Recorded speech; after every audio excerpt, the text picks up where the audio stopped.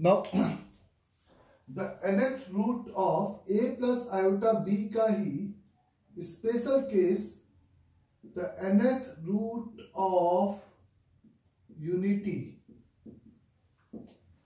The nth root of unity. तो nth root of unity, unity मतलब आप जानते हो कि 1, और nth रूट ऑफ यूनिटी यानी कि 1 अपॉन n। तो 1 की पावर 1 अपॉन n, जहां पे n एक नेचुरल नंबर है, जहां पे n एक सिंपली नेचुरल नंबर है, इज अ, तो इसकी जो वैल्यू होगी वो सिंपली आप कह सकते हो कि अभी तक रियल डोमेन में तो हम 1 की पावर 1 अपॉन 3, 1 अपॉन 5 एक ही वैल्यू लेते थे, और रियल वैल्यू एक ही होगी। अब आप यहाँ पे बात कर रहे हो इस कॉम्प्लेक्स चैप्टर में, तो कॉम्प्लेक्स डोमेन में जब आप इसकी को z सपोज करते हो, तो आपके पास एक पॉलिनोमियल z की power n is equal to 1 बनता है। तो आप फिर से कह सकते हो कि nth रूट ऑफ यूनिटी कितने होंगे, इज n डिफरेंट वैल्यूज को इज पॉइंट्स को रिप्रेजेंट करेगा nth रूट ऑफ यूनिटी की वैल्यूज। और उस वैल्यूज को निकालने के लिए इस 1 को आप फिर से यूलर फॉर्म में लिखोगे, जिसका मैग्नीट्यूड तो सिंपल होगा, मतलब मैग्नीट्यूड मतलब मॉडुलस, और आर्गुमेंट ऑफ जनरलाइज फॉर्म में लोगे। तो 1 यानी कि इज सिंपली ओरिजिन से 1,0 का जो डिस्टेंस है, 1,0 का डिस्टेंस 1 है, और प्रिंसिपल आर्गुमेंट ही कंसीडर करो तो 0 है। तो आप यहां पे कंसीडर करोगे 1 मल्टीप्लाइड बाय e की पावर 2k पाई, ये 2k पाई सभी को क्लियर, 0 प्लस 2k पाई। तो z इज इक्वेट आप कंसीडर करोगे e की power iota 2k pi divided by n को, z आप कंसीडर करोगे e की power iota 2k pi divided by n को। और सिंपली फिर से k को आप 0, 1, 2, 3 पुट करते जाओगे, तो आपको n डिफरेंट वैल्यूज यहां पे फिर से प्लॉट होंगी। और वो वैल्यूज की अगर हम बात करें, the nth root of unity की अगर वैल्यूज की बात करें, तो वो वैल्यू सिंपली आपकी k को 0 रखा, e की power iota 2 pi by n, e की power iota 4 pi by n, k को 2 रखा, 3 रखा, 4 रखा, and so on, n minus 1 put किया, n वाली वैल्यू वापस से 1 आ जाएगी, e की पावर आयोटा 2n माइनस 1 का पाई डिवाइडेड बाई n। तो ये आपका, आप इसको z1 बोलो, z2, z3 बोलो, या आप इसको 1 z1 नाम दे रहे हो, इस z2 इसको नाम दे रहे हो, तो इसको zn माइनस 1 नाम दोगे, क्योंकि 1 को आपने नाम नहीं दिया है। अगर z1, z2, zn नाम दे सकते थे, ये आपका सिंपली ये इस नाम है, ये एज्यूम दैट इस इसको रिप्रेजेंट कर रहा है। तो nth रूट ऑफ यूनिटी भी आपका simply n sided regular polygon के ही वर्टेक्स होंगे, जिसमें से वन ऑफ द वर्टेक्स आपका 1,0 होगा, 1,0 होगा, और वो इस 2 पाई बाई n एंगल पे इस तरह से रोटेट होते हुए चले जाएंगे। और जो nth रूट ऑफ यूनिटी है, अगर वो आप नोटिस करो, तो आप ये कह सकते हो कि ये एक रियल कोफिशिएंट पॉलिनोमियल्स के रूट हैं। तो कॉम्प्लेक्स अगर है तो कॉन्जुगेट पेयर में अकर करेंगे, ये बात सभी को क्लियर अच्छे से। तो जितने रूट इस पर्टिकुलर इस के ऊपर होंगे, वो इतने ही नीचे होंगे।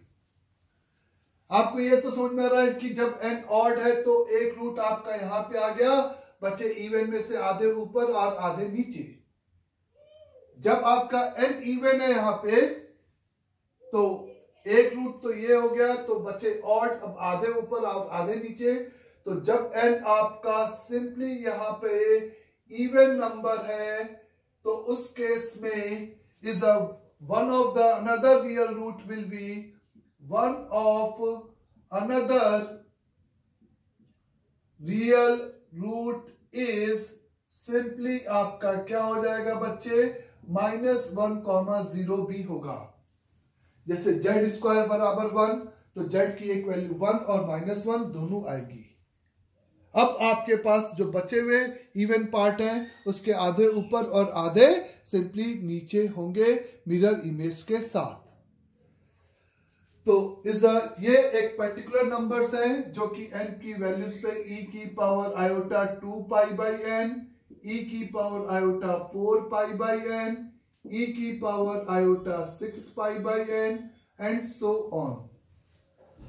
तो nth रूट ऑफ यूनिटी के केस में हम जरूर ये बोल सकते हैं कि if one of the imaginary root is alpha, if one of the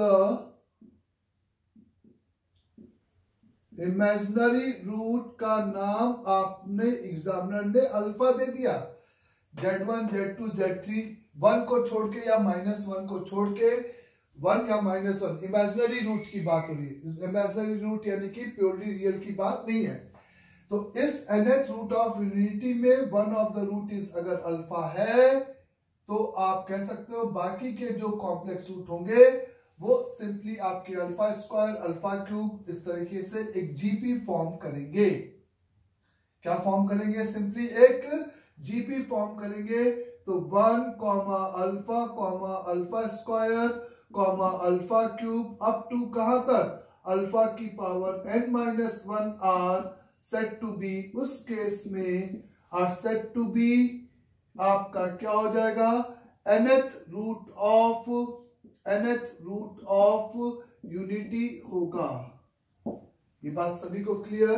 तो अगर one of the imaginary root of nth root of unity is alpha है तो उस केस में बाकी के रूट इस तरीके से सिंपली एक जीपी बनेंगे।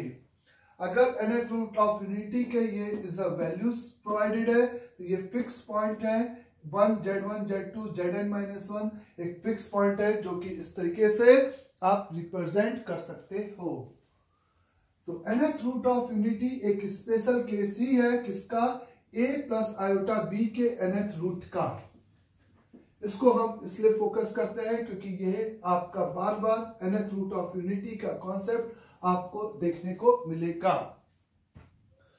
यहां पर आप सबसे पहले nth रूट ऑफ यूनिटी के केस में लेट अज्यूम कि 1, z1, z2, z3, zn-1 are the nth root of unity है।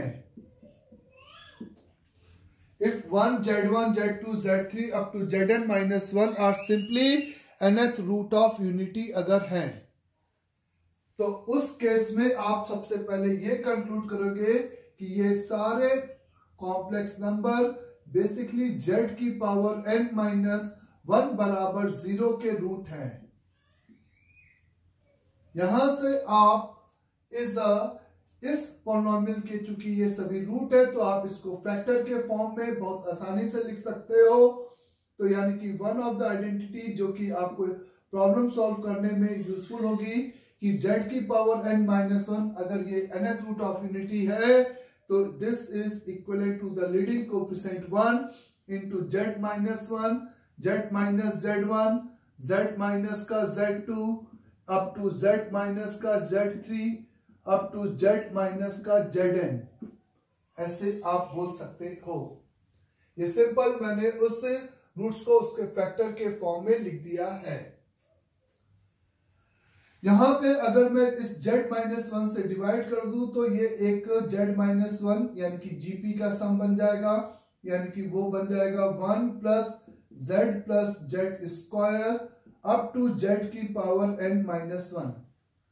z-1 से डिवाइड किया तो ये एक GP n term of GP z की पावर 0 से लेकर this is equivalent to the, आप लिख सकते हो z minus z1 multiplied by z minus का z2 multiplied by z minus का z3 whole multiplied by z minus का zn। ये क्लियर सभी को अच्छे से? ये इस आइडेंटिटीज का यूज हम लोग, ये एक आइडेंटिटीज है जिसका यूज हम लोग इस तरह के किसी भी z के लिए इस फैक्टर को यूज कर सकते हैं एग्जामिनर। अगर इसके अलावा आप इसको लॉग लेकर डिफरेंशिएट करके एक नई आइडेंटिटीज वगैरह कुछ भी बना सकते हो। अंडरस्टैंड सभी को यहां तक? तो 1 Z1 Z2 Z3 Zn minus 1 आपके सिंपली यहां पर nth रूट ऑफ यूनिटी है। तो this two are important identities. अब जिसको प्रॉब्लम में हम लोग कैसे यूज करेंगे ये आप नोटिस करना। आपको यहां पर ये आइडेंटिटीज नहीं देगा, लेकिन आपको बनाने की जरूरत पड़ सकती है। तो प्रॉब्लम इजिली आपका उस टाइप का अगर प्रॉब्लम है तो वो इजिली यहां पे सॉल्व हो जाएगा। ऐसा कहा गया है कि let 1 Z1 Z2 Z3 Zn minus 1 are the simply nth root of unity है। तो आपको वैल्यू निकालनी है। The first part is 3 minus का Z1, द 3 माइनस का Z2 up to the 3 minus का Zn माइनस 1। इस प्रोडक्ट की वैल्यू चाहिए। द सेकेंड आपको यहां पे 1 माइनस का Z1, 1 माइनस का Z2, 1 माइनस का Zn की वैल्यू, Zn माइनस 1 की वैल्यू चाहिए। थर्ड आपको यहां पे 1 upon is a Z1 minus का 3 प्लस 1 अपॉन Z2 माइनस का 3 up to 1 upon Zn minus 1 minus के 3 का सम चाहिए। द फोर्थ इज आपको 1 अपॉन 1 माइनस का Z1, 1 माइनस का Z2 up to 1 upon 1 minus Zn। Examiner ने इस रूट्स के नाम दे रखे हैं और उसको लेकर इस टाइप से आपको इस प्रोडक्ट की क्या चाहिए, वैल्यूज की जरूरत है। Is a fifth is simply यहां पे इज अ आपको वैल्यू चाहिए iota minus Z1 multiplied by iota minus Z2 iota minus Z3 up to iota minus Zn minus 1 can take. इसकी तो एग्जैक्ट वैल्यू और यहाँ पे कैन टेक, ये कौन कौन सी वैल्यूज ले सकता है ये आपको पता करना है। तो इस 1 Z1 Z2 Zn एक पर्टिकुलर नंबर्स हैं, वो e की power iota 2 pi by n वाले, उसी को लेकर इस तरह से प्रॉब्लम फ्रेम किया गया है। तो द 3 माइनस का Z1, तो आप सबसे पहले स्टार्ट करोगे कि are the set to be nth root of unity, यानी कि z की power n minus 1 is equal the z minus 1 z minus Z1 the z minus का Z2 up to z minus का Zn माइनस 1। ये एक simple identities है, क्योंकि अगर ये इसके रूट्स हैं यानी कि इस पॉलिनोमियल्स के रूट है, जिसको मैंने सिंपली उसके फैक्टर थ्योरम से लिखा है। और आपको फर्स्ट वाले की वैल्यू अगर चाहिए तो आप ऑब्वियस है z की जगह पे 3 पुट कर दोगे, तो फर्स्ट वाले का आंसर द 3 माइनस का Z1, द 3 माइनस का Z2, द 3 माइनस का Z3 up to the 3 minus का Zn minus 1 is simply equate with the 3 की power n minus 1 upon 3 minus 1 यानी कि 2, ये इसका आंसर होगा। और फिर फर्दर आपके पास यहां पर जो भी चीजें होंगी उसकी आप वैल्यू कैलकुलेट एन के टर्म की एक पर्टिकुलर वैल्यू होगी तो कैलकुलेट कर सकते हो। जब सेकंड वाले क्वेश्चन में देखा तो आपने सोचा कि मैं इसी आइडेंटिटीज में z को 1 पुट कर दूं, लेकिन 1 जब पुट करने जाएंगे तो ये 0 बराबर 0 हो जाएगा, वो फैक्टर आपको नहीं मिल पाएगा। और उसी के लिए जब मैंने डिवाइड किया था तो वहां z is not equal to 1 जरूर सपोज किया था, लेकिन एक बार डिवाइड करने के बाद इंडिपेंडेंटली ये 1 plus z square up to z की पावर n माइनस 1 एक नया पॉलिनोमियल हो गया, जिसके n माइनस 1 रूट होंगे वो बचे हुए रूट होंगे, यानी कि z माइनस जेड। ये कहां से आया बच्चे, सभी को क्लियर, z माइनस 1 से डिवाइड किया और जीपी के सम में उसको कन्वर्ट कर दिया, z minus Z2 up to z minus Zn। तो सेकंड प्रॉब्लम के लिए सिंपली हमें इसी वाले फैक्टर में क्या सपोज करने की जरूरत पड़ेगी 1, और जैसे ही आप 1 पुट करोगे तो ये n टर्म्स 1 हो जाएंगे, यानी कि n इज इक्वल, या आप z-1 से डिवाइड करके limit z tending to 1 put करते तो भी वही बात होती।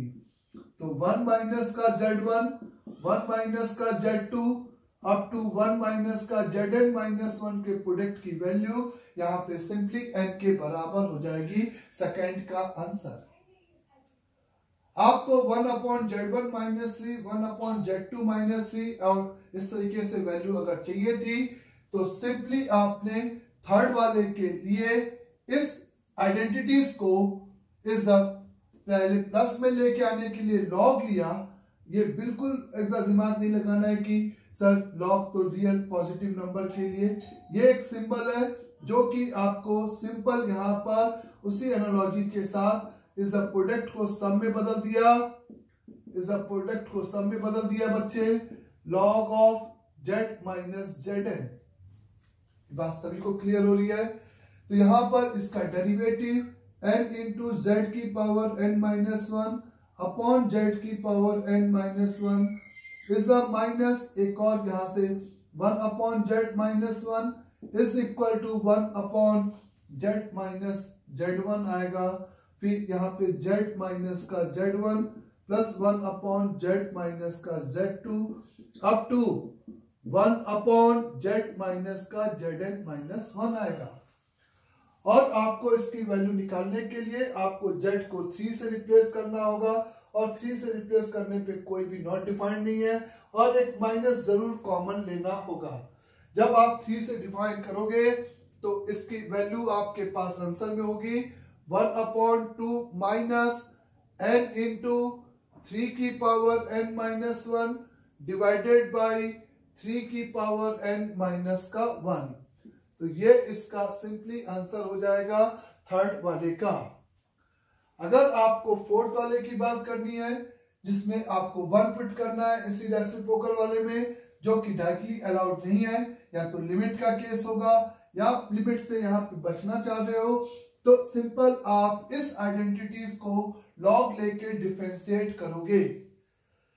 तो फोर्थ वाले के लिए आंसर आप निकालने के लिए इसका लॉग लोगे, तो आप लिखोगे log over 1 plus z square up to z की power n-1 is simply equivalent to the log of z minus का z1 plus log of z minus का z2 plus log of n-1 लिखना था बच्चे यहाँ पे log of z माइनस का zn-1, क्योंकि 1 से स्टार्ट किया तो zn-1 डिफरेंशिएट करोगे तो ये नीचे जाएगा, फिर इसका ऊपर derivative 0 1 plus 2z plus 3z square n-1 into z की power n-2 whole divided by 1 plus z square up to z की power n-1 is equivalent to the z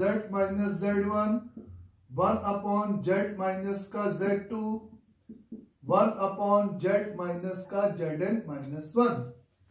और आप सिंपली यहाँ पे 1 को पुट करोगे तो 1 plus 2 plus 3 up to n-1 तक का सम n-1 into n divided by 2।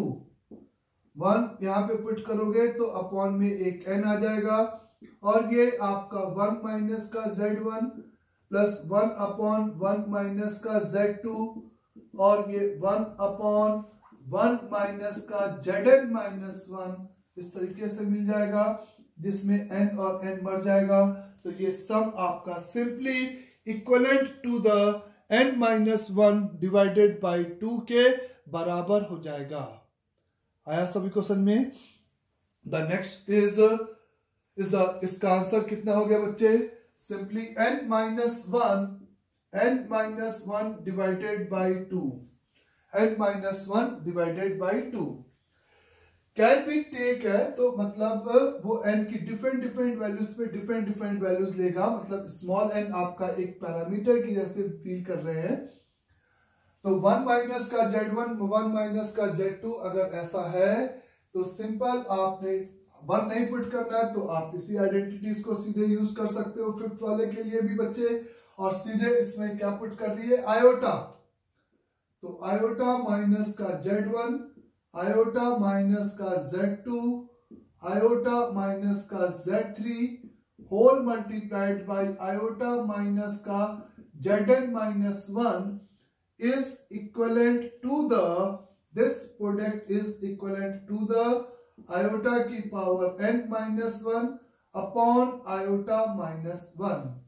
तो इस रेशियो की हमें बात करनी है कि ये क्या क्या वैल्यूज ले सकता है। तो आयोटा की पावर n सिंपली आपको पता है कि n पे डिपेंड करता है। अगर आपका n 4 का मल्टीपल है तो आयोटा की पावर n आपका 1 हो जाएगा, तो इस पूरे रेशियो की वैल्यू 0 हो जाएगी।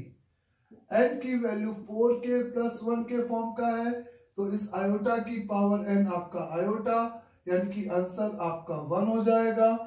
n की वैल्यू अगर 4k प्लस 2 है तो आयोटा स्क्वायर माइनस 1, तो इसकी वैल्यू आयोटा प्लस 1, इस तरीके से इस प्रोडक्ट की वैल्यू आ जाएगी। और n की वैल्यू अगर सिंपली यहाँ पर 4k प्लस 3 है तो इसकी वैल्यू आपकी कितनी है minus iota minus 1 upon iota minus 1, यानी कि 1 plus iota upon 1 minus iota, और उसके लिए आप इसका स्क्वायर 1 प्लस आयोटा से मल्टीप्लाई, तो ऊपर 2 आयोटा अपॉन 2 आ जाएगा, यानी कि सिंपली आंसर इज कितना आ जाएगा आयोटा आ जाएगा। तो this product can take these 4 values corresponding the different values of n, क्योंकि n अगर नेचुरल नंबर है तो वो इस सेट का कोई ना कोई नंबर पक्का होगा। 4k plus 1, 4k plus 2 and 4k plus 3। और 4k में क्यों ब्रेक किया, क्योंकि आपको आयोटा की पावर n को यहाँ पर कंसिडर करना था। तो एक इस टाइप का ये क्वेश्चन होगा जिसमें हम लोग उस आइडेंटिटीज की यूज करेंगे जो अपन ने इस कि ये रूट्स हैं तो इसके फैक्टर्स हैं, और इस टाइप के प्रॉब्लम में ये सीधे सीधे आपको आंसर प्रोवाइड कर देगा। करेक्ट सभी को। द नेक्स्ट कॉन्सेप्ट इज कि the one Z1 Z2 Z3 Zn minus 1 are said to be nth root of unity अगर है तो तुमने कहा कि ये बेसिकली इस पॉलिनोमियल्स के रूट है। अगर क्वेश्चन में इस नंबर्स को, इन कॉम्प्लेक्स नंबर को nth रूट ऑफ यूनिटी कहा गया है, यानी कि वेरी क्लियर कि ये सभी इस पॉलिनोमियल्स के रूट हैं। तो one of the thing is very clear कि 1 प्लस Z1 प्लस सभी का सम ऑफ द रूट, क्योंकि is the relation between the roots 1 plus Z1 plus Z2 up to Z3 up to Zn minus 1 का जो sum है वो simply 0 होगा। Sum of the root taking 2 at a time, यानी कि इसमें से कोई भी दो नंबर ले लो, कोई भी दो नंबर ले लो और उनका प्रोडक्ट करके सम करोगे तो वो भी 0 होगा, 3 का भी 4 का भी, वो डिपेंड करेगा n कितना है, 5 है तो 4 तक। लेकिन प्रोडक्ट ऑफ द रूट की अगर बात करोगे कि इन सभी का मल्टीप्लीकेशन, तो 1 multiplied by Z1 multiplied by Z2, क्योंकि 1 भी एक रूट है इसलिए सब में उसको भी लिखा गया है, तो प्रोडक्ट में उसको हम इग्नोर कर भी सकते थे और नहीं भी, तो प्रोडक्ट को कोई फर्क नहीं पड़ेगा। तो प्रोडक्ट ऑफ द रूट्स आपका होता है -1 की power n into simple constant term upon leading coefficient, यानी कि ये होता है the Z1 multiplied by Z2 multiplied by Z3 up to Zn minus 1 is equivalent to the -1 raised to power n plus 1। तो ये आपका सम ऑफ द रूट हो गया nth रूट ऑफ यूनिटी का, और ये आपका प्रोडक्ट ऑफ द रूट हो गया nth रूट ऑफ यूनिटी का। इसमें इनटू में 1 भी एक रूट है, -1 की पावर n प्लस 1, वो n इवन है या ऑड है, उस पर दो वैल्यूज +1 या -1 कंसिडर करेगा। अंडरस्टैंड सभी को।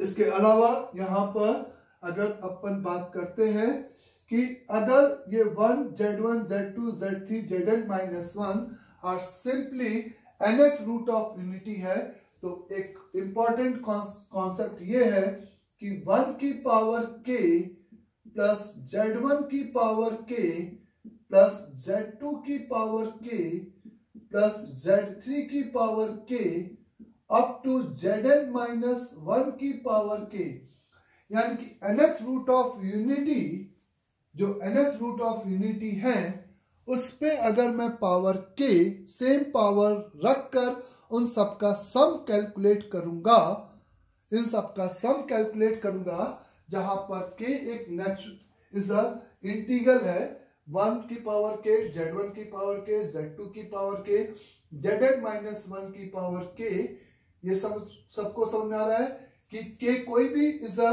नेचुरल नंबर हो सकता है या इंटीग्रल। तो अगर nth पावर इज अ है तो इसकी वैल्यू सिंपली इज n के बराबर होगी इफ, जो तुमने पावर चूज किया है, if k is simply multiple of n, इसकी वैल्यू इस सम की वैल्यू किसके बराबर होगी, n के बराबर। If k is considered to be multiple of n, यानी कि अगर n आपका 5 था और आपने 5, 10, 15 k को चूज किया है तो उसकी वैल्यू n होगी, अदरवाइज उसकी वैल्यू 0 होगी। If k is non multiple integral value of n, non multiple of n है, जहां पे k एक क्या है बच्चे, जहां पे k सिंपली एक क्या है, इंटीजर है। हम रेडिकल पावर रख के नहीं बात कर रहे, हम सिंपल इंटीग्रल पावर रखकर यहां पर ये स्टेटमेंट बोल रहे हैं। पहले तो क्या मतलब हुआ, जैसे मैंने कहा कि fourth root of, if the fourth root of unity are, कुछ भी नाम दे देता हूं, obvious of unity are is 1, z1, z2, z3 है। तो अगर मैं कहूं कि 1 प्लस z1 की पावर 5 प्लस z2 की पावर 5 प्लस z3 की पावर 5 की वैल्यू क्या होगी, पहले हम इसको समझे कि मैं क्या बोलना चाहता हूं। तो ये इस आइडेंटिटीज का क्वेश्चन हो गया, पावर 5 रख के ऐड करो क्योंकि 1 इज इक्वल टू द 1 की पावर 5, और ये 4 रूट है तो 5 आपका इज द फोर्थ, यानी कि उस n का मल्टीपल नहीं है, इसलिए इसकी वैल्यू सिंपली 0 होगी। 1 प्लस z1 की पावर 8 प्लस z2 की पावर 8 प्लस z3 की पावर 8 की वैल्यू कितनी होगी, तो इस सभी की वैल्यू 1 1, तो यानी कि ये सम आपका सिंपली 4 के बराबर हो जाएगा। तो ये एक कॉन्सेप्ट है, इसके बिहाइंड इसका इज द रीजन समझे आप।